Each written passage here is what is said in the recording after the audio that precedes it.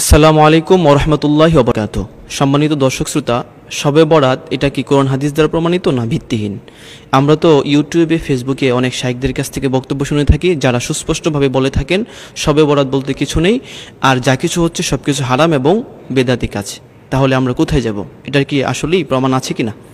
যদি আমরা শবে বরাতের প্রমাণ খুঁজতে যাই, তাহলে প্রথমেই দেখতে পাই সূরা দুখানের আয়াতে কারিমার মধ্যে আল্লাহ তাআলা তিনি বলেন, ইন্না আনজালনাহু ফি লাইলাতিন মুবারাকা, অর্থাৎ এই পবিত্র কোরআনুল কারীম যেটাকে আমি বরকতপূর্ণ একটি রাত্রিতে নাজিল করেছি।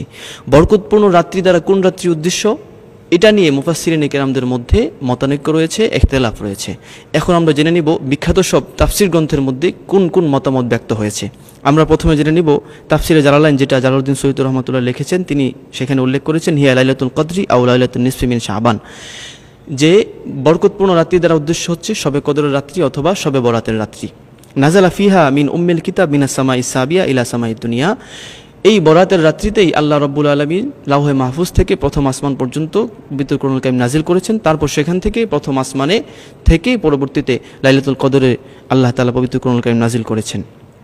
দ্বিতীয় তাফসির গ্রন্থ তাফসিরুল কাবীরের মধ্যে ইমাম ফখরুদ্দিন রাজি রহমাতুল্লাহ আলাইহি নবম খণ্ডের মধ্যে তিনি সূরা দুখানের তাফসির উল্লেখ করেন, ইখতালাফু ফি হাদিহিল লাইলাতিল মুবারাকা, এই বরকতপূর্ণ রাত্রি নিয়ে ইমামদের মাঝে ইখতিলাফ আছে, মতানৈক্য আছে। ফাকাল আখতারুনা, অধিকাংশ উলামায়ে কেরামগণ বলেন ইন্নাহা লাইলাতুল কদর, যে বরকতপূর্ণ রাত্রি দ্বারা উদ্দেশ্য হচ্ছে শবে কদরের রাত্রি। ওয়াকালা ইকরিমা ওয়া তাইফাতুন আখারুন, ইকরিমা রহমাতুল্লাহ আলাইহি এবং অন্যান্য উলামায়ে কেরামগণ ওনারা বলে থাকেন ইন্নাহা লাইলাতুল বারাআ ওয়া হিয়া লাইলাতুন নিসফি মিন শাবান, অর্থাৎ বরকতপূর্ণ রাত্রি দ্বারা এখানে আল্লাহ রাব্বুল আলামিন শবে বরাতের রাত্রিকেই তিনি উদ্দেশ্য করেছেন। তৃতীয় তাফসির গ্রন্থ তাফসিরে কাশফের ৪র্থ খণ্ডের ১৫৩ নম্বর পৃষ্ঠার মধ্যে উল্লেখিত হয়েছে, ইবদাউ ফি ইনতিসাখি যালিকা মিনাল লাউহিল মাহফুজ ফি লাইলাতিল বারাআ ওয়া ইয়াকাউল ফারাগু ফি লাইলাতিল কদরি, অর্থাৎ লাউহে মাহফুজ থেকে প্রথম আসমান পর্যন্ত শবে বরাতের রাত্রিতে কোরআনুল কারীম নাজিল হয়েছে, এবং প্রথম আসমান থেকে বাইতুল ইজ্জা থেকে পরবর্তীতে শবে কদরের রাত্রিতে কোরআনুল কারীম নাজিল হয়েছে বলে তাফসিরে কাশফের গ্রন্থপ্রণেতার অভিমত পাওয়া যায়। চতুর্থ তাফসির গ্রন্থ তাফসিরে রুহুল মাআনি, যেটা সৈয়দ মাহমুদ বাগদাদি আলুসি রহমাতুল্লাহ আলাইহি হানাফি মাযহাবের একজন বিখ্যাত মুফাসসির, তিনি বলেন ওয়াকালা ইকরিমা ওয়া জামাআতুন হিয়া লাইলাতুন নিসফি মিন শাবান ওয়া তুসাম্মা লাইলাতুর রহমান ওয়া লাইলাতুল মুবারাকা ওয়া লাইলাতুল বারাআ। ইকরিমা রহমাতুল্লাহ আলাইহি, যিনি সরাসরি আব্দুল্লাহ ইবনে আব্বাস থেকে তিনি ব্যাখ্যা শিখেছেন, তাফসির শিখেছেন, উনি বলেন এবং অন্যান্য উলামায়ে কেরাম বলেন যে এই লাইলাতুল মুবারাকা দ্বারা উদ্দেশ্য হচ্ছে শবে বরাতের রাত্রি। আরেকটা তাফসির গ্রন্থ জামিউল আহকামিল কুরআনের ৮ম খণ্ডে ৪৩২ পৃষ্ঠার মধ্যে ইমাম কুরতুবী রহমাতুল্লাহ আলাইহি তিনিও এই মতামতটা ব্যক্ত করেছেন। তিনি উল্লেখ করেছেন ওয়াকালা ইকরিমা আল লাইলাতুল মুবারাকা হা হুনা লাইলাতুন নিসফি মিন শাবান, এখানে লাইলাতুল মুবারাকা দ্বারা উদ্দেশ্য হচ্ছে ইমাম ইকরিমা রহমাতুল্লাহ আলাইহির মতে যে এটা শবে বরাতের রাত্রি। ষষ্ঠ তাফসির গ্রন্থ তাফসিরে বাগাবী ৪র্থ খণ্ডের ১৫৩ নম্বর পৃষ্ঠার মধ্যেও একই মতামত ব্যক্ত হয়, সেখানেও বলা হচ্ছে ওয়াকালা ইকরিমা হিয়া লাইলাতুন নিসফি মিন শাবান। ইমাম ইকরিমা রাহমাতুল্লাহ, যিনি সরাসরি আব্দুল্লাহ ইবনে আব্বাস থেকে তাফসির শিখেছেন, তিনি বলেছেন যে লাইলাতুল মুবারাকা দ্বারা উদ্দেশ্য হচ্ছে শবে বরাতের রাত্রি। সুতরাং এখান থেকেই প্রমাণিত হলো শবে বরাতের কথা কোরআন এর ব্যাখ্যা গ্রন্থ তাফসির গ্রন্থের মধ্যে সুস্পষ্টভাবে বর্ণিত হয়েছে। এখন আমরা জানব হাদিসের মধ্যে কি শবে বরাত সম্পর্কে কিছু রয়েছে কিনা।